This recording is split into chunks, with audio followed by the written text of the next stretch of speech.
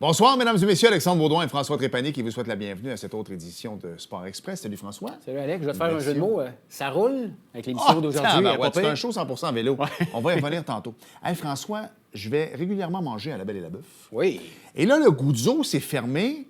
T'es-tu en train de me dire que le chum Steph Goyette, il est sur une espèce de projet? Écoute, Stéphane, il a toujours des projets, Alex, puis il a mis des photos sur Facebook qu'on peut voir à l'écran. Je les ai envoyées à Mathieu d'un espèce de complexe sportif aux couleurs de Goyette 360 avec patinoire. Hey, avec jaune plein de et noir, ça va me prendre mes lunettes fumées. Ben écoute, c'est un rêve que Stéphane peut avoir. pourquoi On pas? comprend que ça coûte de l'argent. On comprend que la bâtisse appartient à des. Ouais, mais arrête de niaiser, ça va être un éléphant blanc, Frank. Là, si vous Qu'est-ce qui va se passer avec ça? On ne le sait pas. Donc, je voulais juste montrer à l'écran ce que notre ami Stéphane Goyette, qui est un visionnaire au niveau du sport, avait en tête. Donc, on ne sait jamais. Mais si tu prends... en fait, si tu prends ce que Stéphane était il y a 10 ans versus aujourd'hui, c'est plate, mais il est capable de le faire. C'est un vrai visionnaire. Vraiment. En parlant de visionnaire, show vélo, première et deuxième partie qui se complètent, François. Absolument. On parle des randonneurs du Haut-Richelieu en première partie avec la présidente Carole Miller et le vice-président Jean-Marc Trudeau. Et en deuxième partie, on reçoit la spécialiste du cyclotourisme en Montérégie, à Tourisme Montérégie, Amélie Caron, qui est avec nous pour nous présenter le nouveau magazine, Alex, Cap sur le vélo, qui vient tout juste de sortir. Aïe aïe, parce que c'est tout chaud. Il est chaud. Bienvenue à Sport Express.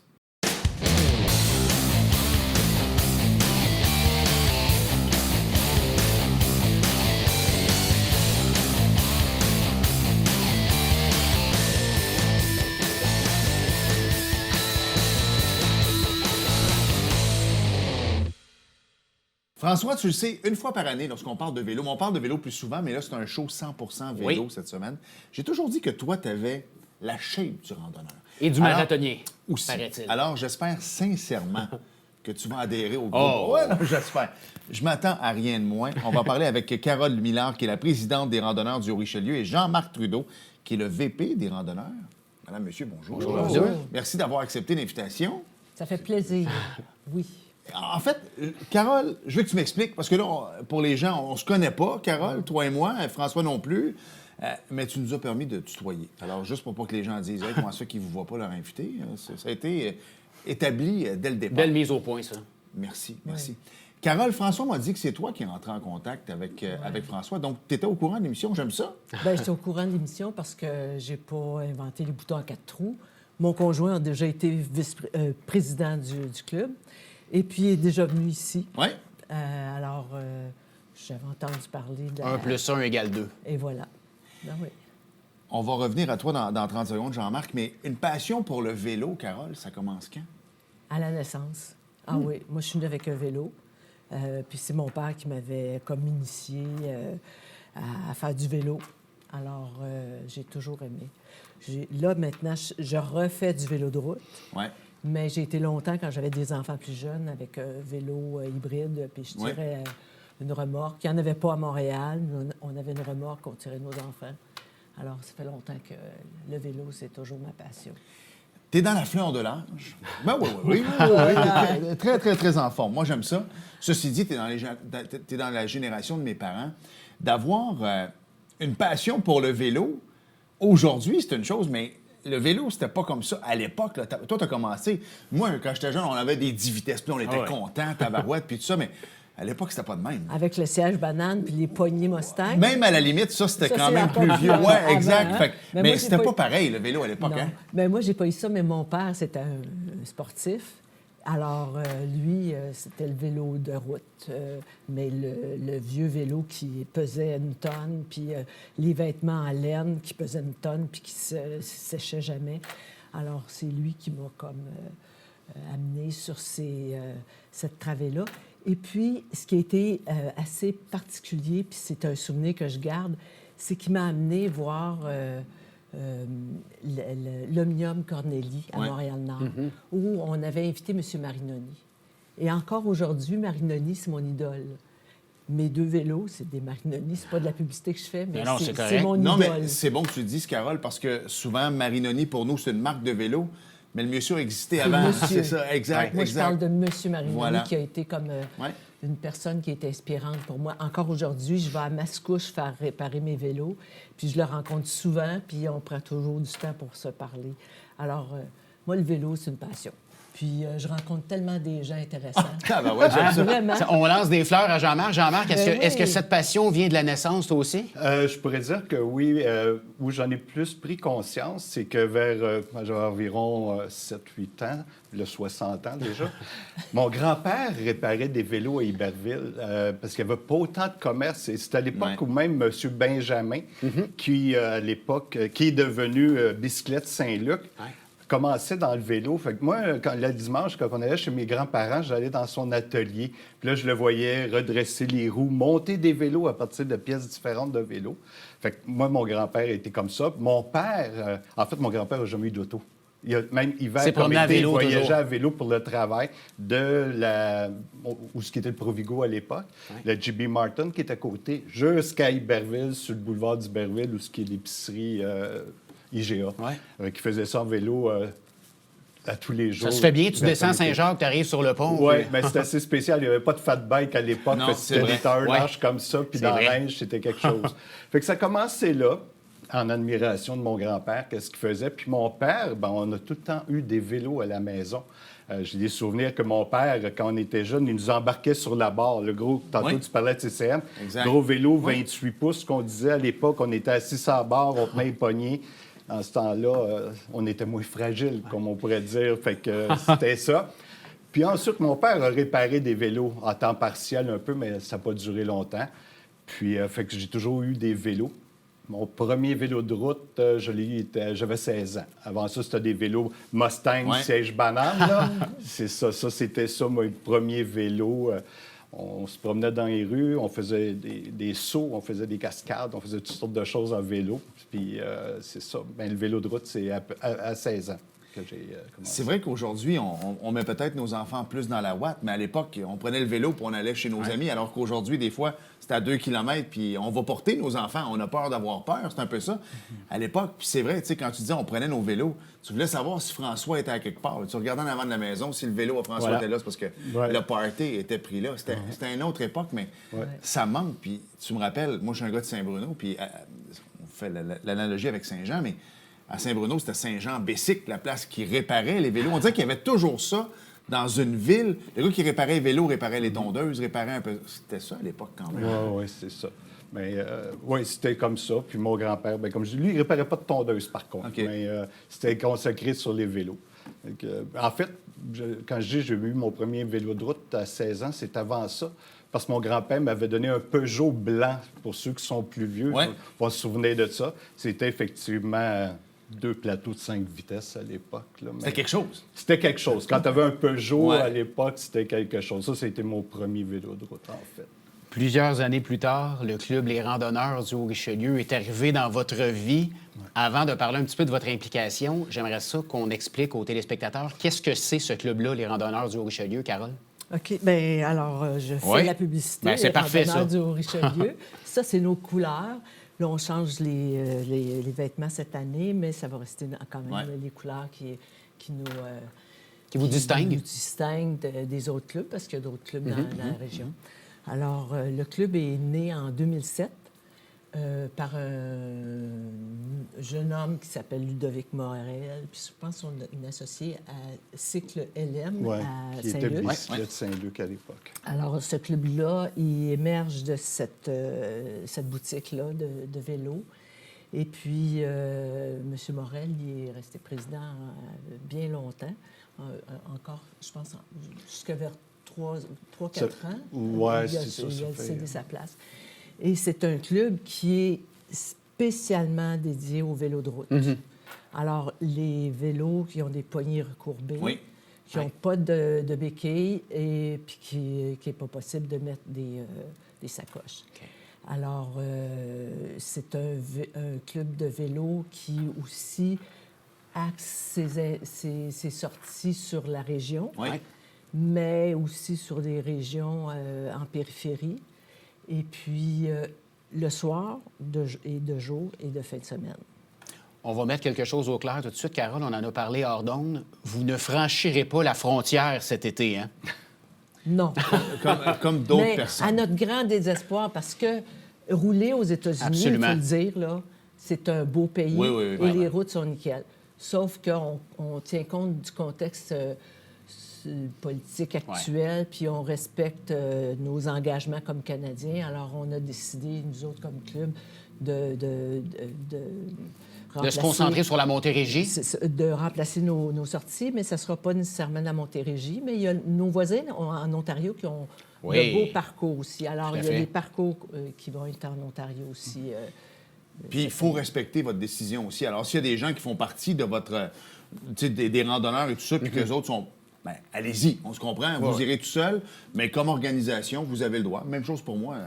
M'en aller à Hawaï cet été, puis j'ai cancellé, puis on va aller en Europe. Puis regarde, c'est ma façon à moi. Je respecte les gens qui ont voté pour cette personne-là. Correct. Et tu respectes les gens qui vont y aller. Je respecte vraiment les gens qui vont y aller. Mais moi, avec le dollar et tout ça, j'ai décidé de ne pas y aller, puis ça se termine là. Mais en même temps, fait que je veux juste pas que les gens partent dans un... Non, regardez, si vous voulez y aller vous-même, vous irez. Nous, comme organisation, un peu moins. Je vais mettre un autre truc. Ben, en fait, je peux y aller avec toi, Jean-Marc, là, dans le sens que, tu sais, là, tu me parlais de vélo de route, Carole. Alors, Jean-Marc, enlever un peu cette... Tu sais, moi, dans ma tête, tu peux pas rouler en vélo de route. Là, les rues sont tellement maganées. On est capable de trouver des beaux endroits pour le faire, là. On est capable de trouver des beaux endroits, puis on a un comité, justement, qui s'occupe des trajets. Et puis, avec le feedback des membres au cours des années, on a conscience de comment les routes sont pavées ou moins bien pavées. Et puis, à ce moment-là, on réajuste nos trajets. C'est sûr qu'il y a des régions aussi. Tantôt, on disait, oui, c'est beau rouler aux États-Unis, les routes sont vraiment nickel. Mais on a des belles régions. Quand tu vas rouler dans les cantons de l'Est, dans le coin de Magog, quand tu vas en Ontario, même, c'est sûr que tu peux aller rouler un paquet d'endroits. On a des beaux paysages. La route, des fois, peut laisser à désirer. Mais des fois, ça vaut le coup d'œil aussi. Parce qu'on a des terrains montagneux et ces choses-là. Et puis, c'est ça. Fait qu'on s'occupe de trouver les meilleures routes possibles. Puis... je dirais pas à la défense du gouvernement, mais les routes sont travaillées à toutes les années. Moi, je fais d'autres sports aussi, puis si on prend la région d'Ormstown, tout ce coin-là, toutes les routes ont été refaites, même la 202, ce qui est merveilleux. Ils font par région aussi. Fait que quand tu vas dans le coin du lac Brompton aussi, il y a beaucoup de routes qui ont été refaites. Alors, il ne faut pas juste dire qu'il y a des moins bonnes routes au Québec. Il faut dire qu'on travaille fort pour les faire, puis nous, on ajuste en conséquence. Mais aussi de rouler en groupe, ça peut être un avantage parce que justement, on va peut-être mieux rouler. Il y a toujours quelqu'un pour nous avertir qu'il va avoir un trou, quelque chose. Fait qu'à ce moment-là, ça devient un peu plus sécuritaire de rouler en groupe dans des rues peut-être moins bien pavées parce qu'il y a toujours quelqu'un qui voit quelque chose là-dedans. Là. Puis, je veux juste ajouter là, que notre credo, c'est la sécurité. Et puis, on peut se tarer là, de ne pas avoir beaucoup d'accidents. L'année passée, là, il y a eu un accident. Une belle table en bois, on va toucher du bois. Oui, c'est ça. Alors, il y a beaucoup de travail qui se fait au niveau de la sécurité. Il y a beaucoup de moments où on en parle de la sécurité au départ. Tout ça, on rappelle des éléments de sécurité. Alors, c'est sûr que, comme moi, je travaille sur le comité des parcours, comme là, on est en train de finaliser le calendrier et il y a des parcours qu'on change. Justement à cause... Parce que vous étiez passé l'année passée, puis ça a plus ou moins bien été. C'est ça, où on regarde sur le site 511 Québec, et là, on voit qu'il y a des travaux. On passe dans une région, on voit qu'il y a des travaux, ou qu'il y a des entraves. Alors, on change les parcours. Puis, il y a des parcours qu'on change carrément parce que, bon, c'est pas... Mais les parcours, beaucoup aussi, on veut... apprécier l'environnement agro-touristique. Alors, entre autres, les mercredis, maintenant, c'est nouveau. Là. On a tous les mercredis 2 jours. Puis ça, c'est vraiment aussi axé là-dessus. Il y en a les fêtes de semaine aussi, mais c'est axé sur... on va aller à un endroit, on va dîner, comme à la fin du parcours, on va dîner ensemble à un endroit particulier. Fait qu'à tous les mercredis, il y a une sortie, il n'y a pas de groupe de vitesse... mais c'est vraiment dédié à la découverte de l'agrotourisme. On aime ça. Tu parlais de mercredi dans le jour, on s'entend, là, comme un des mortels travail. Est-ce que c'est plus pour les retraités ou... Alors, bien là, si vous voulez... Non, mais si je veux y aller, mettons que je suis en congé le mercredi, je pourrais y aller, mais on s'entend que la majorité... OK. Alors, notre club offre des sorties le mardi soir, jeudi soir, avec des groupes de vitesse puis des parcours bien... délimité dans l'environnement de Saint-Jean. Le mercredi 2 jours, ça, c'est vraiment une sortie plus agro-touristique. Découvrir la région, ce que François aime beaucoup. Là, Ben, c'est ça. Alors là, il n'y a pas de groupe de vitesse. On fait un groupe, deux groupes, ben, 1, 2, 3 pelotons, ça dépend du nombre, 4 pelotons. Et puis, le parcours est un petit peu moins long parce qu'on veut quand même pouvoir tisser des liens entre nous autres à la fin du parcours. Et puis, il y a le samedi ou le dimanche. Le samedi ou le dimanche, c'est soit le samedi ou le dimanche, 2 jours. Alors, les personnes qui travaillent durant la semaine, qui viennent le mardi, jeudi, bien, ils vont venir le samedi, dimanche. Mais l'année dernière, le mercredi, il y a pas mal de personnes qui ont pris des congés. Le télétravail, des fois, peut... Le télétravail. Et ça a été super agréable. Là. Puis c'est pour ça qu'avant, on n'avait pas le mercredi 2 jours.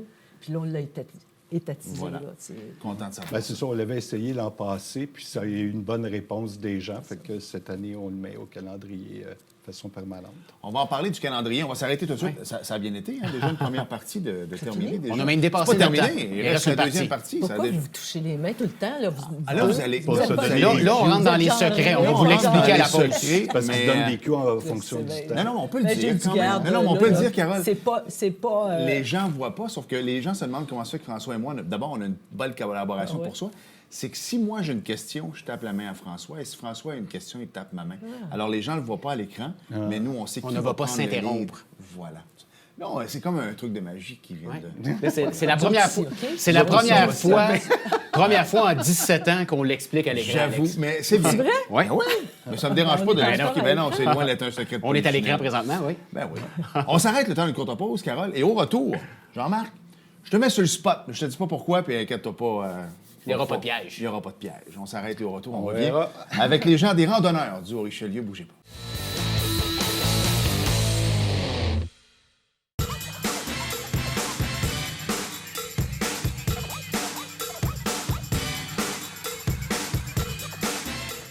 Dimanche, 9h30, Télébingo, on vous attend.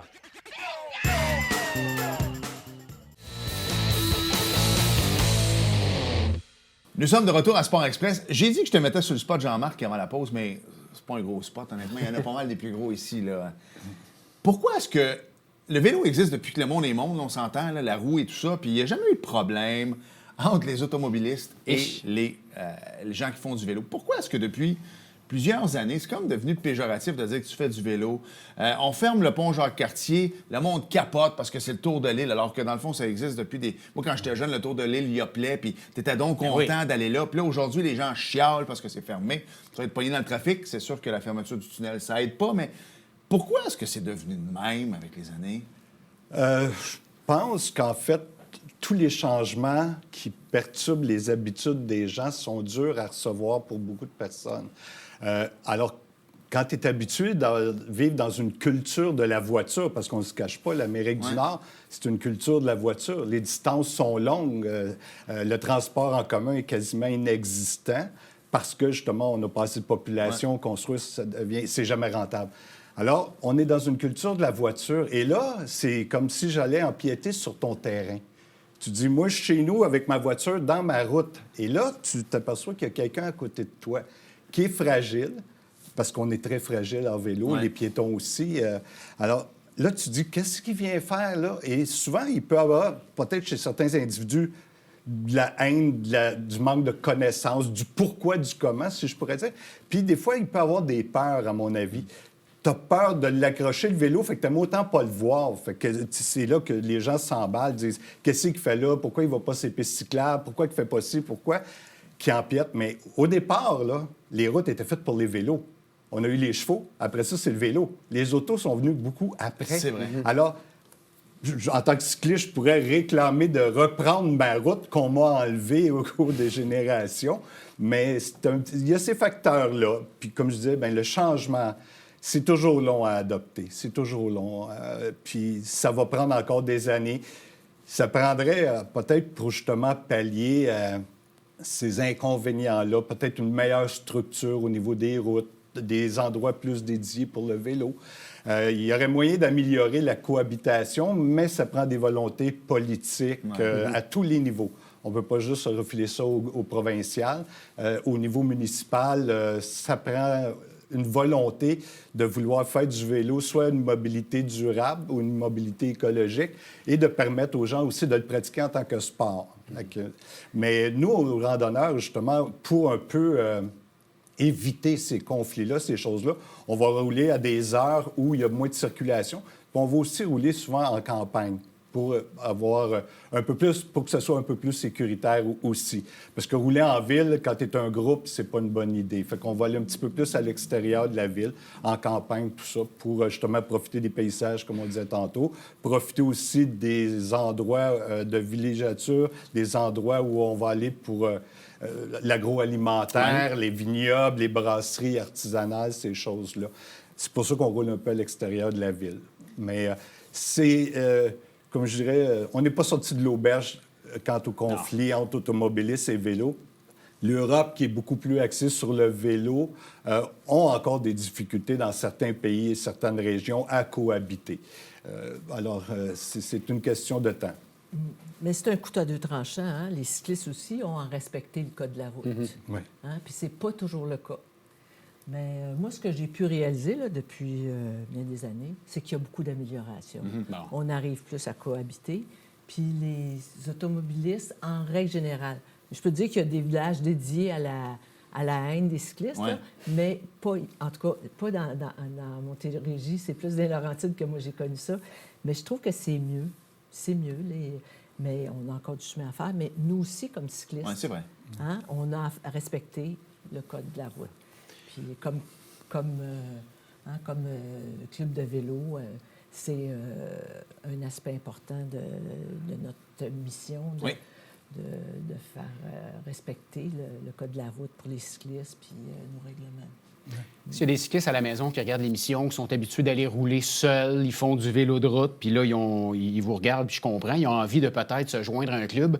Comment ça fonctionne? Est-ce qu'il y a, c'est de quel âge à quel âge? Il y a un coût d'adhésion? Juste parler un peu des rouages un peu du club, si quelqu'un est intéressé. Alors là, actuellement, on est déjà en recrutement? En recrutement, c'est l'inscription. Les gens peuvent aller sur le site pour s'inscrire. Puis ça se fait électroniquement. C'est assez facile. Le 27 mars, jeudi le 27 mars prochain, à la Bibliothèque de Saint-Luc, ici à Saint-Jean, il va y avoir une soirée de lancement. Alors, toute la population est invitée, vraiment. Et puis là, bien, on va faire état de notre saison qu'on a préparée. Hein, depuis le mois de novembre, décembre, on travaille à préparer la saison. Et puis, une personne qui est assise dans son salon puis qui aurait le goût de venir nous rejoindre, bien, vraiment, ils sont les bienvenus. On a des groupes de vitesse de 18 km/h à 30 et plus. Et puis, les personnes qui sont moins expérimentées, ils sont encadrés aussi. Il y a un petit comité d'encadrement, comme les personnes qui roulent 18-22, ils sont plus encadrés. Puis les autres groupes, bien, ils sont plus autonomes, mais en lien aussi avec les règlements puis le code de la route. Est-ce qu'il y a un âge minimum pour être dans le club? C'est 16 ans, OK. avec l'autorisation des parents, puis 99 ans. OK. En avez-vous? Non, mais on a une personne qui est dans notre club, là, il s'appelle Régent... C'est Régent Gélineau, qui est connu comme cycliste dans la région comme de Saint-Jean. Barabase en passion. Et puis, lui, il est capable de monter ça à 50 000 km par année. Wow. Il l'a déjà fait. Wow. C'est une machine, là, vraiment. C'est un autre de mes idoles. Oui. Alors, simplement, là, on joint avec les personnes. Les personnes du club sont sympathiques. C'est joyeux. Puis c'est quand même de la performance, un peu, hein, parce qu'on a des groupes de vitesse, puis il faut respecter ça pour être heureux aussi Tout à fait. dans ce qu'on fait. Mais des personnes qui hésitent, venez voir, venez essayer, vous êtes les bienvenus. Souvent, c'est l'adage, là, mais l'essayer, c'est l'adopter dans le sens que on pense toujours qu'on n'est pas capable. Puis finalement, on a fait un petit 10 km, puis je ne m'attendais pas à ça. C'est tout le temps à notre rythme. Parlons un peu, sans faire de pub à personne, mais revenons un peu au niveau de l'équipement, parce que c'est le running gag ici. Les autres, ils savent, là, j'ai fait du ski de fond une fois dans ma vie, mais j'étais tellement mal équipé que... Un grand skieur de fond. Vraiment. Oui, je reste dans le fond. Moi. C'est le cas de le dire, mais j'étais mal équipé dans le sens que je suis allé faire du ski de fond avec mon manteau de snow, puis j'ai eu chaud, puis j'ai pas apprécié du tout. Le vélo, c'est un peu la même chose. Si je pars demain matin avec un vélo qui n'est pas adapté, avec un chandail 100% coton quand il fait 40 degrés dehors, je vais suer. Je ne trouverai pas ça agréable. C'est quoi la base pour les gens qui voudraient embarquer avec vous autres, de dire, regarde, moi, là, qu'est-ce que ça me prend pour partir? Hein, le premier, là, c'est le casque. Oui, ça, je suis d'accord. Hein, le casque. Puis des bons souliers, parce qu'en règle générale, c'est des souliers clippés, un Oui. bon clip qu'on attache là, après la pédale. Mais c'est pas obligatoire non plus. Mais des bons souliers, hein, une tête puis des pieds. Puis le restant, les vêtements, bien, vous pouvez voir, le club propose aussi des vêtements, mais moi, j'aime ça aussi être autonome. On a des vêtements. Ce qui aide aussi quand on fait longtemps le popotin sur la selle. Hein? Avec un bon petit cuissard. Un bon ouais, cuissard c'est avec ça, un je bon voulais chamois. dire, surtout. Mais il y a des modes, là, hein? Mais il faut être bien. Il faut surtout être bien, confortable. Puis pas avoir trop chaud, pas avoir trop froid. Fait que ça dépend toujours. Il faut tout le temps, comme un petit peu... Quand on commence à être aguerri, on garde la température, on regarde s'il va pleuvoir, on apporte un imperméable dans le dos. Ça, c'est bien pratique, là, les chandails J'avoue, avec les oui. poches, là, c'est pratique. Puis, à part ça, comme équipement, un vélo... Bien entretenu, excusez-moi. Bien entretenu, surtout le vélo. Bien entretenu. C'est pas nécessairement d'avoir un vélo hyper dispendieux, c'est d'avoir un vélo de route avec quoi on roule, mais qui soit bien entretenu. Parce que c'est ça qui va faire que ça va être plus facile de rouler. Bien entretenu, puis assez bien ajusté aussi à sa morphologie, excusez. Parce que tantôt, tu parlais que François avait la shape d'un randonneur, mais je suis un randonneur aussi. Alors, ceux qui pensent que vous devez tout peser 110 livres pour faire du vélo de route, c'est complètement faux. Vous pouvez avoir le poids que vous désirez. Vous avez un bon vélo, un bon casque, un bon cuissard. Et puis après ça, bien, il va y avoir l'énergie du groupe qui va vous entraîner. Vous allez aller à des endroits où vous n'avez jamais été, ce qui est très motivant. Mais c'est ça. Fait que peu importe la shape, vous pouvez venir aussi. Et l'âge, on parlait tantôt de M. Génaud, mais c'est ça, on a des gens 74-75 ans dans le groupe. Puis dans trentaine, les plus jeunes à peu près. Qui viennent avec nous. Il y avait des 16-18 ans l'année passée. Pas beaucoup, mais il y en avait. Puis nous autres, ça fait partie de notre famille. Ils ont-tu de la misère à vous suivre?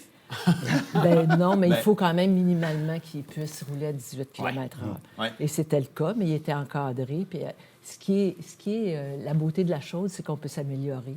Puis on roule, puis on s'améliore, puis on change de groupe. Puis ça, c'est valorisant, c'est intéressant. Quand on parlait du vélo, oui, on peut, au début, s'acheter un vélo entrée de gamme, puis on voit comment on aime ça. Il y a aussi des outils qu'il faut apporter, là, des chambres à air, puis tout ça, là, mais ça, c'est des détails. Mais ça m'amène à dire qu'on donne la formation aussi pour les personnes qui arrivent, mais pour les anciens aussi. Formation au niveau de rouler en peloton, parce que c'est ce qu'on fait, là. Rouler en peloton, une partie théorique, une partie pratique sur route, une formation aussi sur la mécanique de base. Comme si je suis seule dans un champ puis que j'ai une crevaison, il faut que je sois capable de le faire ou remettre ma chaîne. C'est des choses de base, tu sais.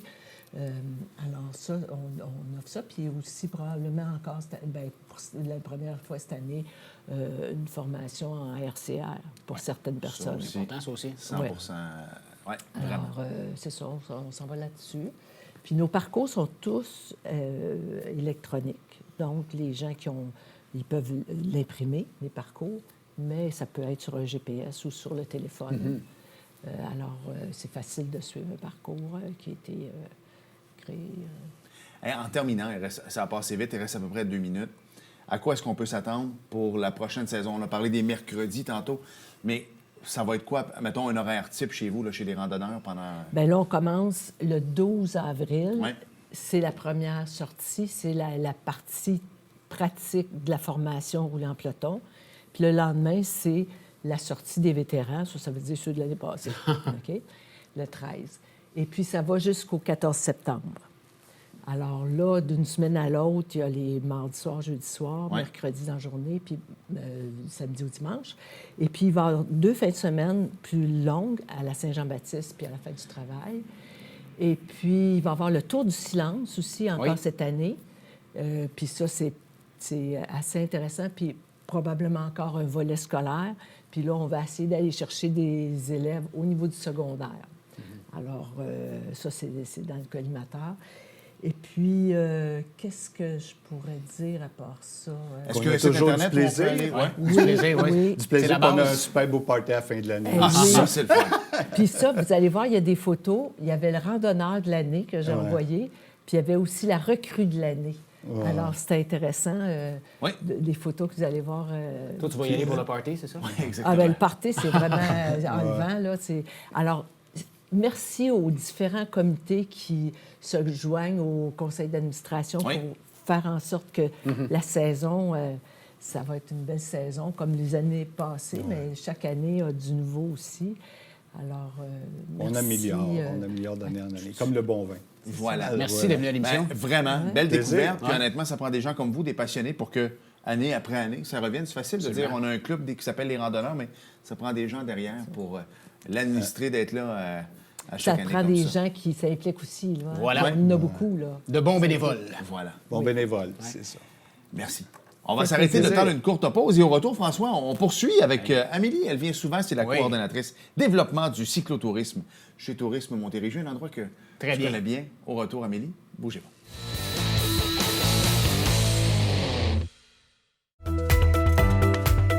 Ici Mario Tremblay. Je vous donne rendez-vous à la tribune TVHR, votre émission d'affaires publiques présentée les mardis, mercredis et vendredis à compter de 17h. C'est un rendez-vous.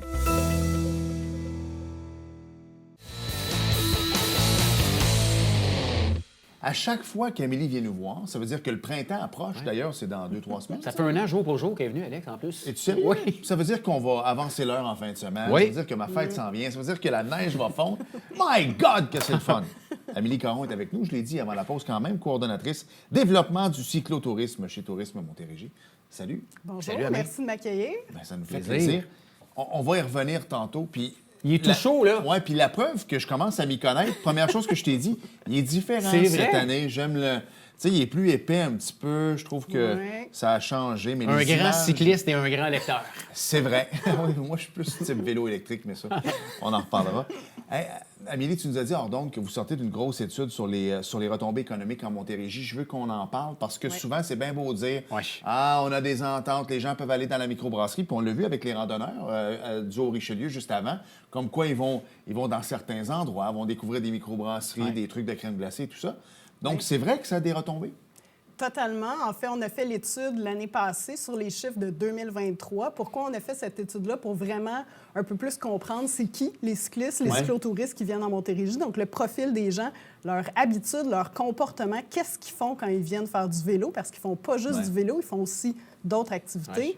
Et aussi tout l'impact économique sur nos entreprises. Donc, on a sondé des entreprises en Montérégie touristique, que ce soit des boutiques vélo, des restaurants, des hôteliers, pour savoir c'était quoi leur impact envers la clientèle cyclotouriste. Donc, c'était vraiment intéressant de découvrir cette étude-là, que d'ailleurs, elle est sur le site de Tourisme Montérégie. C'est tout à fait public. Les gens qui peuvent aller la consulter. Rapidement, là, je veux pas des données précises, là, mais c'est qui vient pédaler en Montérégie, Amélie? Bien, c'est vraiment varié. On a un profil vraiment varié de gens, principalement des gens à autour de 25 là, qui sont de 65 ans et plus. C'est vraiment une grande partie des cyclotouristes, mais aussi 50 à peu près des gens qui sont 35 ans et plus. Il y en a que c'est des familles.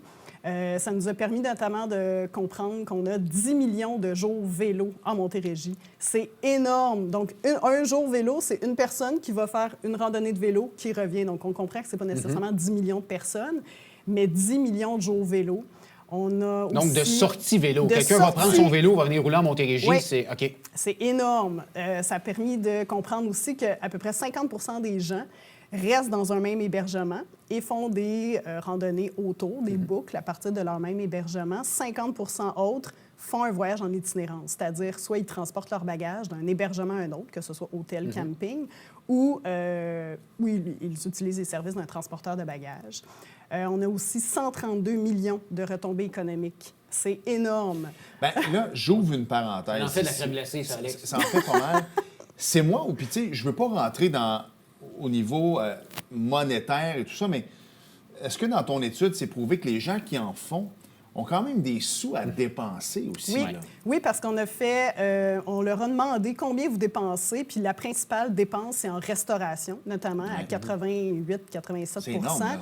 Bien, c'est énorme parce que, oui, on doit manger, le déjeuner, s'acheter un lunch, et les cyclotouristes aiment prendre le temps de bien manger aussi. C'est des gens qui ont des sous. Donc, le soir, prendre un bon repas, se prendre une bonne bouteille de vin, arrêter de prendre une bière aussi. Donc, restauration, c'est la principale dépense. Ensuite, c'est sûr qu'il y a le transport. Ils ont pris leur voiture.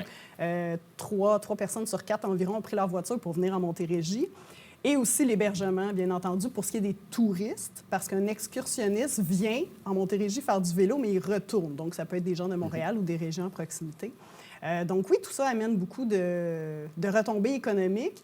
Et aussi, une donnée importante, c'est qu'on a déterminé qu'il y avait plus de 1000 emplois temps complet en Montérégie, dans la région. Reliés au cyclotourisme. Reliés au cyclotourisme. À temps plein. Ça veut dire même Oui. ça veut dire qu'ils ont tellement une grosse saison estivale à préparer qu'il faut qu'ils travaillent durant l'hiver. Ça C'est peut être bien, des gens qui sont justement des services de transport de bagages, ça peut être les gens dans les hôtels, ça peut être des boutiques vélo, donc consacrés vraiment temps plein au cyclotourisme. Tu viens de faire le Salon du vélo de Montréal, qui est un des salons les plus populaires au Québec au Oui. niveau du vélo. Tu t'en vas en Outaouais en fin de semaine. Il y a Oui. Québec, il y en a plusieurs, en Ontario également. Qu'est-ce que les gens vont rechercher cette année? On en parlait tantôt hors d'onde. On en a parlé avec Carole des randonneurs qui n'iront pas aux États-Unis faire de sortie cette année. Oui. Double question, là. Qu'est-ce que les gens recherchent et as-tu senti que les gens sont moins friands de traverser la frontière? Tout à fait. On en a eu qui sont venus nous voir au salon, au kiosque au Salon Montréal, qui ont carrément dit « on n'ira pas aux États-Unis cette année, donc on va découvrir notre Québec, on va découvrir notre région même. Qu'est-ce que tu nous conseilles? » Donc, beaucoup de nouveaux... De nouveau, cyclistes ou qui des gens qui sont habitués d'y aller, qui allaient à chaque année faire au moins 1, 2, 3 sorties, puis qui disent non, c'est fini pour nous cette année, on va se consacrer à aller ailleurs. C'est de l'argent qui reste à la maison, ça, Alex? Ben, vraiment. Exactement. Puis qu'est-ce que les gens recherchent? Bien, toujours des nouveaux itinéraires. Ils veulent connaître les trésors cachés, ils veulent découvrir... Même des Montérégiens là, qui disent « Où est-ce que tu nous conseilles Oui. d'aller? Ou tu nous as conseillé ça l'année passée, on est allé dans tel coin, là, on a bien aimé ça. Est-ce que tu as un autre coin qui ressemble à ça? » OK, fait que tu reconnais des visages Oui. de gens qui sont venus, qui t'ont... Ça, j'aime vraiment ça. Ouais. C'est vraiment le fun. Ah, tu nous as conseillé telle petite auberge, on est allé, c'était super. Ou tel itinéraire, on a fait telle boucle. Est-ce que tu peux nous en conseiller une nouvelle? Ils veulent vraiment, comme tout, faire les pistes cyclables ou les itinéraires, les incontournables aussi. Ça, je l'ai souvent comme question. C'est quoi les incontournables? Ouais. Si on vient chez vous dans la région, en Montérégie, on repart, qu'est-ce qu'il ne faut pas manquer? Tu vas lui poser la question. Non, mais Serge? c'est vrai que... Je reviens toujours là-dessus. Tu vas à Madrid, tu pars à vélo, mettons, je dis n'importe quoi, mais tu vas vouloir partir découvrir Madrid, mais en même temps arrêter dans quelques endroits pittoresques de l'endroit. Tu vas lire sur Internet maintenant, c'est facilement accessible. Bon resto, bon vin, tout ça. Tu vas aller en Italie, même affaire, manger des bonnes pâtes, un gelato, peu importe, toujours à vélo. Ouais. On dirait qu'on a moins tendance de le faire ici. Ouais. La COVID avait amené dans le sens que, bon, on pouvait pas sortir, on pouvait pas faire grand-chose, donc on faisait de la course ou on faisait du vélo, mais on pouvait pas rentrer nulle part. Là, je pense qu'il serait temps qu'on fasse du vélo, mais qu'on découvre notre Montérégie parce que, justement, pourquoi on le fait ailleurs? On devrait le faire ici. C'est drôle, hein? Mais on se dit toujours ça, puis pourtant, on a vraiment des beaux endroits à découvrir. Puis on le met toujours de l'avant dans le magazine. Là, c'est la 4e édition, mais on a encore plus renforcé le côté agrotourisme parce que c'est une de nos forces. Ouais. On est le terroir du Québec, on est le garde-manger du Québec. On a notamment des vignobles, des microbrasseries, des beaux cafés. Puis c'est ça que les cyclistes recherchent, qui nous demandent, c'est y a-t-il des bons petits cafés? Y a-t-il un beau vignoble à découvrir? Il y en a tellement et répartis sur toute la région. C'est ça qui est plaisant aussi. On peut faire n'importe quelle piste, n'importe quel circuit sur route en Montérégie, puis il y a quelque chose à voir, là, c'est sûr. Bien, mettons, à Saint-Bruno, tu vas découvrir des choses différentes qu'ici à Saint-Jean, qu'à Châteauguay, qu'à peu importe. Oui. C'est ça, c'est chaque région a son petit côté. Sa saveur locale. Ouais, exact. C'est ça que je dis aux gens, comment j'explique de découvrir notre réseau de plus de 600 km de pistes cyclables. C'est que vous allez faire la piste du Parc régional Bourassa-Salaberry. C'est pas pareil comme la piste du canal Chambly. Puis vous allez vivre une autre expérience à Sorel, sur la Sauvagine. Donc, oui, toutes les pistes sont à découvrir. Puis je pense que c'est ça que les gens... ils aiment découvrir le réseau à vélo, puis découvrir nos attraits aussi. On parlait tantôt avec nos amis des randonneurs vraiment de vélo de route. On n'a pas parlé de pistes cyclables. C'est vraiment des cyclistes sur route. Ouais. Quand tu fais les salons vélo, quelle est la proportion entre vélo de route et vélo d'agrément sur les question. pistes cyclables? Majoritairement, les gens veulent des pistes cyclables. Et de par l'étude aussi, on l'a vu, 65 des personnes sondées préféraient les pistes cyclables. Puis dans les salons, je vous dirais que je peux dire jusqu'à 80 les gens se sentent vraiment confortables, sécuritaires sur les pistes cyclables. Ouais. Et notre particularité dans Montérégie, bien, c'est des pistes cyclables en site propre. Donc, qu'est-ce que ça veut dire? C'est complètement séparé de la circulation Ouais, automobile. Donc, les gens, quand on leur montre des images là, des pistes cyclables entre les champs ou qui longent l'eau, qui comprennent que c'est pas, ça longe pas une autoroute, là, oh mon Dieu, ils n'en reviennent pas. Tu n'as là. pas de chance de te faire frôler par une voiture. Exactement. Bien, disons que, tu sais, moi, mettons, entre Saint-Bruno et Sainte-Julie, tu as le rang des 25, je trouve ça hyper dangereux. Ils l'ont refait un peu il y a 2-3 ans. C'est un petit peu plus large, mais c'est sûr que cet été, quand est arrivé l'accident des frères Gaudreau, tu regardes la rue dans laquelle ils circulaient, c'était tard le soir. C'est sûr qu'on avait un automobiliste qui avait quand même consommé de l'alcool, là, mais il reste que c'était pas très large. On sait jamais, de toute façon, Mal aussi, éclairé. mal éclairé. Et moi-même, je vois des vélos sur le rang des 25 ou même ici, peu importe, sur le boulevard du Séminaire, je sais jamais comment gérer ça. Est-ce que je dois aller à gauche? Est-ce que j'attends? Là, j'ai l'autre qui est derrière Ralentir, moi. c'est Je toujours une ralentis. bonne idée. Oui, mais c'est pas évident. Ouais. Alors, c'est là que Ouais. d'aller sur une piste cyclable, Ouais. ça l'enlève un stress énorme. Exactement. C'est pour ça que la majorité des gens se sentent plus confortables. Ou, tu sais, s'ils sont en couple, il y a une des deux personnes qui préfère ou qui roule sur les deux, piste ou route. Mais là, quand ils sont en couple, je préfère, moi, vraiment seulement les pistes ou en famille ou les gens qui commencent aussi à faire du vélo, qui ont un nouveau vélo. C'est une bonne idée d'aller le tester sur les pistes versus les routes. Puis pour faire du chemin sur ce que tu viens de mentionner, on travaille vraiment, nous, avec toutes les MRC aussi, à essayer d'améliorer le réseau, connecter les pistes cyclables, que ce soit, tu sais, proposer des itinéraires vraiment structurants, attrayants, sécuritaires. Puis aussi, une démarche qu'on a fait cette année avec Vélo Québec, avec leur collaboration, c'est qu'on est venu valider, dans le fond, quelqu'un est allé rouler tous nos circuits sur route qu'on propose sur le site Web. On a eu les résultats, donc ça va prendre, c'est sûr, du temps, mais on va venir peaufiner notre offre de circuits sur route de façon à proposer vraiment, s'assurer que les circuits soient beaux et sécuritaires. Tu sais, quand on sort nos vélos, là, d'ici peut-être probablement 3 semaines, 1 mois, à peu près, toujours une petite tempête début avril, mais à part assez rapidement parce qu'il fait un petit peu plus chaud. Mais à l'époque, on mettait du sel dans les rues. Maintenant, on met beaucoup de sable, on met de la roche, on met des choses comme ça. Que ce soit les motos ou même les vélos, c'est hyper dangereux. Est-ce que c'est une discussion que vous avez au mois d'avril? Faites attention parce que les coins de rue, il faut les prendre différemment. Il y a de la roche, tu peux déraper beaucoup plus rapidement. Oui. Bien, les premiers cyclistes, moi, des fois, là, je roule fin mars, dès que, tu sais, il y a encore un petit peu de neige sur les bords de route, mais c'est dégagé. Mais oui, ça peut être propice aux crevaisons, notamment. Donc, il faut se traîner un tube de rechange, toujours une bonne idée. C'est sûr qu'il faut faire attention parce que aussi, ça peut être glissant. Les petites roches ou le sable, là, dans les courbes, ça peut être glissant. Donc, c'est sûr que je dirais aux gens de faire attention. C'est vraiment ceux qui ont des fourmis dans les jambes, là, qui sortent fin mars, début avril. Mais après ça, notamment sur les pistes cyclables, mi-avril, la plupart ouvrent en Montérégie. Ça, qu'est-ce que ça veut dire? Bien, que les MRC vont balayer, enlever les branches, des trucs comme ça. Donc, elles vont commencer à être vraiment propres là, dès la mi-avril.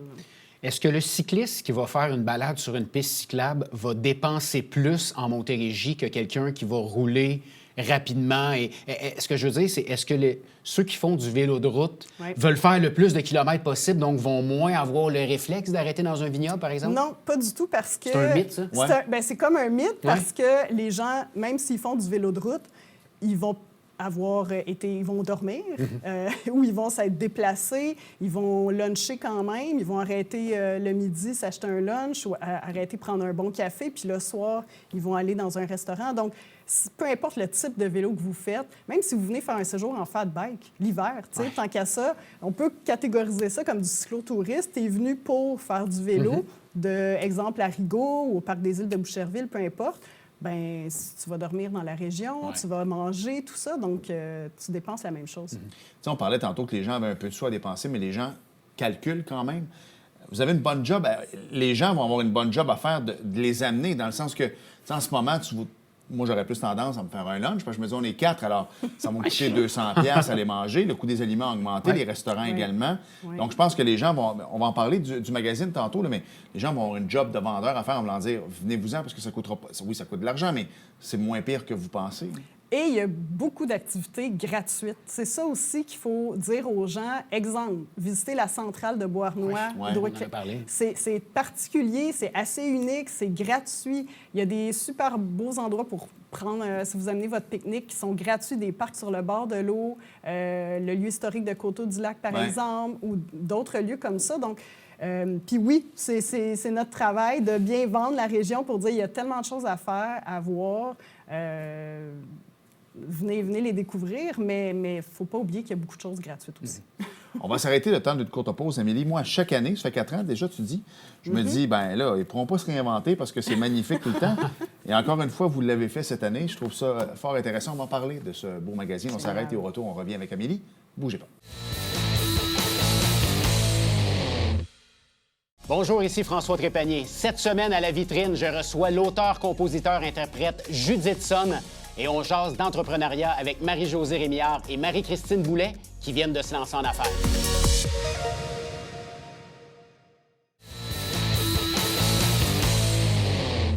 Hey, ma question va être super facile, Amélie.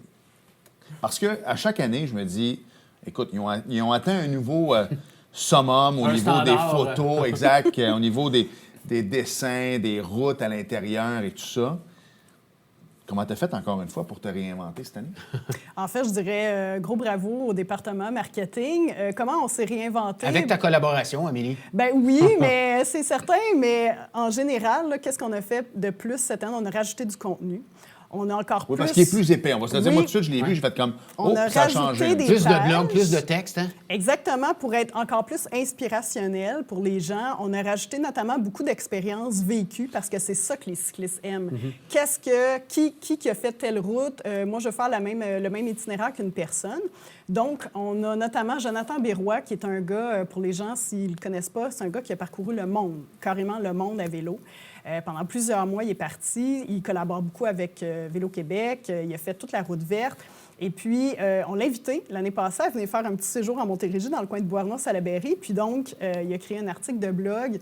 Il y a un petit extrait dans le magazine. On peut aller voir une vidéo aussi qu'il a fait. Et même moi, j'ai appris des choses. Tu sais, je connais quand même bien ce coin-là. Ça, c'est surprenant.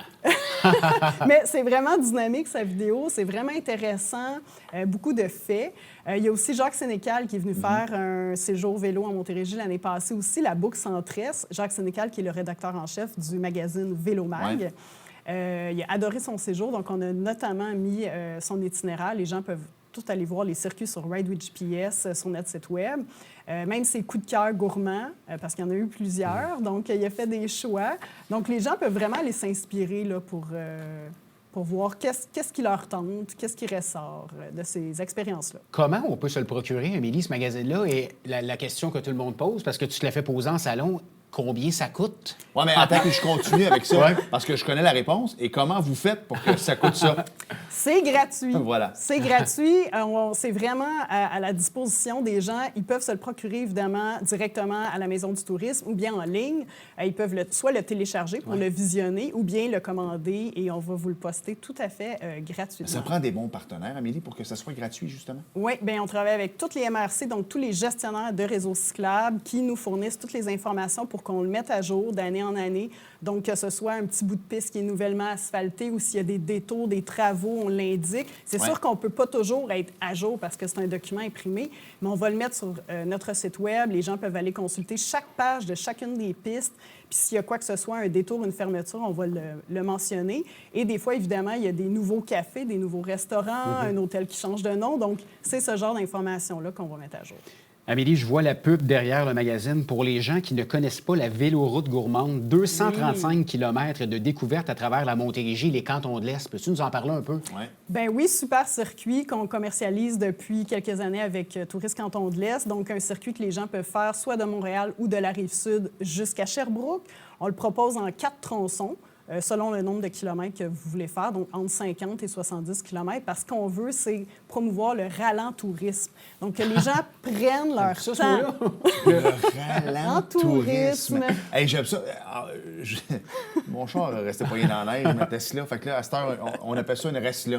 Alors, fait que c'est un peu pareil pour toi, j'aime ça. Bien, c'est vraiment qu'on veut inciter les gens. Tu sais, la clientèle de la Véloroute gourmande, c'est pas des gens, justement, qui vont faire le plus de kilomètres possible. de passer tout droit. Ils veulent prendre le temps d'arrêter, prendre un sorbet à l'argousier chez FG Chocolat Chambly, découvrir le Fort Chambly, arrêter à Magog sur le bord du Memphrey Magog. Vraiment prendre le temps de parler à nos artisans passionnés, les producteurs, puis déguster un bon repas, puis visiter un musée, etc. Donc, c'est vraiment pour cette clientèle-là, la Véloroute gourmande. Qu'est-ce qu'il y a de nouveau cette année sur la Véloroute? C'est qu'on a été indiqué parce qu'on recevait quelques questions de clients pour savoir où est-ce que je peux recharger mon vélo électrique. Les gens qui sont un peu plus insécures, qui ne veulent pas attendre jusqu'à l'hôtel de peur de manquer de batterie. Puis on a sondé nos commerçants, donc les entreprises qui sont positionnées sur la Véloroute. Est-ce que vous avez des prises de recharge extérieures que les gens pourraient se brancher? Donc, on est venu les identifier, les positionner sur la carte interactive. Donc, les gens peuvent retrouver ça sur le site web véloroutegourmande.com. Je sais que tu as une question. Non, vas-y. Je veux que tu nous parles, pour terminer avec la Véloroute gourmande, d'un service qui est extrêmement apprécié, qui est le transport de bagages. Oui, tout à fait. Avec notre partenaire Voyager à vélo. Donc, les gens peuvent faire transporter leurs bagages d'un hébergement à l'autre. Non, c'est vrai, ben oui. Il fait aussi la location de vélo. Donc, ça, on reçoit beaucoup de clientèle internationale qui passe par nos agences, donc que ce soit Vélo Québec Voyage ou d'autres agences de voyage, et même par Mario Bellé, donc le propriétaire de Voyager à vélo. Des Français l'année passée qui sont venus à Montérégie et faire la Véloroute gourmande, des Britanniques, des Néerlandais, des Belges. Donc, c'est vraiment intéressant de voir que, quand je vous parlais de retombées économiques du tourisme à vélo, notamment, c'est ça. Et le transport de bagages, c'est pas juste sur la Véloroute gourmande, c'est aussi partout en Montérégie. Donc, que les gens fassent une plus grande boucle, un grand itinéraire comme la Grande Boucle ou la Boucle Centre-Est, vous pouvez avoir du transport de bagages. C'est vrai qu'il faut être dans le tourisme pour savoir qu'il y a des touristes qui viennent justement parce que à Noël, il y a eu 2-3 jours où on pouvait faire du ski. Je suis allé avec mes filles à Saint-Bruno. Il y avait bien du monde qui ne venait pas du Saguenay-là. On se comprend. Alors, tu sais, j'ai regardé Marie-André puis j'ai dit, il faut vraiment venir pour réaliser que il y a des gens de l'Angleterre, de la Chine, il y a beaucoup de gens de l'Asie qui viennent faire. Puis, on s'entend, là, eux autres, ils doivent aller googler aussi. Donc, ils doivent dire, si tu veux commencer à faire du ski, va peut-être pas à Harford, viens à Saint-Bruno. Donc, c'est là que tu vois que les gens de partout dans le monde, maintenant, on est à un clic de pouvoir venir nous voir. Totalement. Puis c'est notre proximité avec Montréal. On est le terrain de jeu de Montréal. Tu sais, les gens qui veulent découvrir un vignoble, c'est pas à Montréal que tu vas le faire, c'est chez nous. Puis après ça, tu peux aller à Montréal visiter, comme aller à Tokyo, elle est en banlieue de Tokyo. Il y a des... Avec le REM maintenant, Alex. Hein? Oui, quand il fonctionne. Ceci dit, tu es quand même coordonnatrice développement du cyclotourisme à Tourisme Montérégie. En première partie, on a eu les gens des randonneurs du Richelieu qui ne te connaissaient pas. Ça a été une belle découverte pour eux autres. Tu leur as donné ton adresse courriel, tu vas leur envoyer le magazine. Bien justement, pour des gens comme les randonneurs, il y en a plusieurs dans la région. À quoi tu es utile, justement? Pourquoi les gens peuvent... Non, mais rentrer en contact avec toi? Bien, plusieurs choses. Dans le fond, si les gens veulent des idées d'itinéraire ou qui veulent encore plus un itinéraire personnalisé, je peux les aider à faire ça. Comme je le mentionnais à la dame, justement, il y a des gens qui viennent me voir au kiosque des salons vélo. Je suis toute seule, je veux découvrir, je veux faire du vélo, mais je suis un peu insécure. Est-ce que je peux me joindre? Je vais recommander les clubs cyclistes qui sont d'ailleurs disponibles sur Internet. Là. Je travaille avec toutes les MRC, donc il y a des gens des fois qui me contactent, des citoyens qui me disent des questions sur des pistes, des réseaux, etc. Donc je les mets en contact avec les gens des MRC. Pour plein de choses, n'hésitez pas, je suis vraiment disponible, je suis flexible. Amélie, on travaille fort à Tourisme Montérégie pour la promotion du vélo, pour le développement du vélo. On a reçu l'année passée Jean-François Roux, qui est le PDG de Vélo Québec, qui est venu ici, qui n'avait que de bons mots sur Tourisme Montérégie, sur la façon de promouvoir le vélo, de le développer. Qu'est-ce qui explique ça? Qu'est-ce qui explique que la Montérégie ressort comme ça? Bien, notamment, de par l'étude, ça l'a démontré que le tourisme à vélo, c'est un secteur vraiment dynamique. Ça amène des sous dans la région, ça crée des emplois. On a dans les 7 chiffres là, de gens qui font du vélo en Montérégie, donc c'est majeur comme industrie. C'est une réelle industrie. Et on est chanceux à l'Association touristique régionale, Tourisme Montérégie. Moi, je travaille temps plein avec les gens pour, comme tu l'as dit, développer le vélo, améliorer, promouvoir. Et il y a une autre collègue aussi, Sandra Bergeron, qui travaille avec moi temps plein sur le vélo. Pour notamment faire réaliser des actions, c'est-à-dire du plan qu'on a avec toutes les MRC. Donc, tu sais, tout le monde travaille ensemble, c'est dynamique. Mais tu sais, Amélie, tu dis ça, puis c'est une décision d'organisation d'avoir des gens qui travaillent à temps plein sur le cyclotourisme, pas partout au Québec. Puis c'est là qu'on voit que ça paye de mettre les efforts. Parce qu'on y croit, parce qu'il y a des réelles retombées, puis c'est vraiment... ça mixe aussi plein de choses. Tu sais, on en a parlé. Le tourisme gourmand se mêle très bien au cyclotourisme. Le secteur de l'hébergement, le secteur culturel aussi, patrimoine. On fait vivre des expériences à travers le vélo, des expériences transversales. Donc, c'est bon pour tout le monde. Il reste 2 minutes. Parle-moi rapidement. Tu sais, on est quand même, la Montérégie, collée sur Montréal, qui est un endroit où on aurait tendance à aller. Et on est collé sur l'Estrie, où il y a des paysages Canton de l'Est, extraordinaires. Alex. Excuse-moi, les cantons de l'Est. Ouais, mais... Région touristique. des OK, cantons de l'Est. c'est bon. L'Estrie, c'est quoi de bord? Plus administratif. OK, parfait. Merci beaucoup, François, pour ce cours Plaisir. de géographie. Non, mais j'apprends à chaque semaine, tu sais. Les cantons de l'Est. Comment on fait pour avoir... Faut une bonne collaboration en disant aux gens de Montréal, j'empêcherai pas les gens d'y aller, ils vont y aller naturellement, mais j'aimerais ça que tu parles de moi. Même chose avec les cantons de l'Est. Comment ça fonctionne, cet aspect-là de ta job? Bon, on a une super belle collaboration avec les gens des cantons de l'Est, notamment par le biais de circuit de la Véloroute gourmande qu'on a développé justement pour dire qu'est-ce qui ferait en sorte qu'on aurait un produit, un circuit commun. Puis, je dirais par le fait qu'on tente vraiment d'exploiter au maximum nos ressources, nos trésors cachés. Qu'est-ce qu'on a de distinctif à proposer dans la région pour faire du vélo? Puis c'est notre réseau de 600 km de pistes cyclables, c'est nos attraits touristiques, culturels, l'abondance et je dirais la diversité des attraits qui attirent les gens. Voilà. Puis aussi, les gens qui veulent de Montréal, là, tu l'as dit, on est tellement proches. Je tiens à rappeler qu'on a vraiment un beau réseau de navettes fluviales. Les gens n'ont pas besoin de prendre leur voiture. Ils peuvent venir en navette fluviale l'été directement. Ils arrivent à la piste La Riveraine de l'autre côté. Ils ont accès à tous nos kilomètres de pistes cyclables. Ou ils peuvent traverser par les pistes cyclables, des ponts Champlain, l'Estacade, la piste. C'est ce que j'allais dire. Tu vas aller au circuit Gilles-Villeneuve à vélo, tu peux passer par Saint-Lambert. Il n'y a pas de problème. Exactement. Donc, juste, des fois, on l'oublie, là, mais même pas besoin de prendre votre voiture. Là. Un beau terrain de jeu, Alex? Vraiment. Et là, c'est disponible? Oui, tout à fait. On invite les gens à le commander gratuitement, évidemment. Merci beaucoup, Amélie. Toujours un plaisir de te fait plaisir. recevoir. On se revoit l'an Très prochain. beau Peut-être avant. Sûrement J'ai un avant. feeling qu'on va se revoir avant. François, on va s'arrêter le temps d'une courte pause. Et là, c'est nouveau, là, il mêle. Il y a des cartes oranges, des cartes rouges, des cartes... C'est la première fois que je vois ça. On parle bingo et NASCAR au retour. Bougez pas. Hey, salut tout le monde, Alexandre Baudouin François Trépanier. de Sport Express. Hey Frank, les gens veulent venir à notre émission. Comment on fait? Page Facebook officielle de Sport Express. Écrivez en privé. On va vous répondre et vous allez être les bienvenus sur notre plateau. Au plaisir de vous rencontrer. François, vous avez une infolettre vélo? Oui, entre autres, vélo, grand public, montérégie.ca pour aller s'inscrire. NASCAR, il y avait une course, Oui. c'est encore la cloche qui a gagné. Christopher Bell, sa deuxième en ligne, c'est un circuit routier. Là, ce sera au Phoenix, en Arizona, la prochaine course. Bingo. Il y avait du bingo, donc la carte orange, parce qu'il y a 5 jeux. Alors, c'est des couleurs. Carte orange de Mme Joanne Massé, 300 Louise Lamarine également, 300 Mariette Savoie, Christiane Roy, Sylvie Gladu, 150 Armande Laflamme, 150 et 3000 à Denis Engelhardt, qui a gagné la carte bleue. Bravo, Aurais-tu Denis. vu ça si la carte bleue avait été gagnée par Mme Lamarine? Ça, c'est une autre histoire. Ça aurait été bon. Merci, François. Merci, Alex. Merci à vous d'avoir été là. Et à la semaine prochaine. Salut. Bye-bye. Télévision du Haut-Richelieu. Notre région, votre télévision.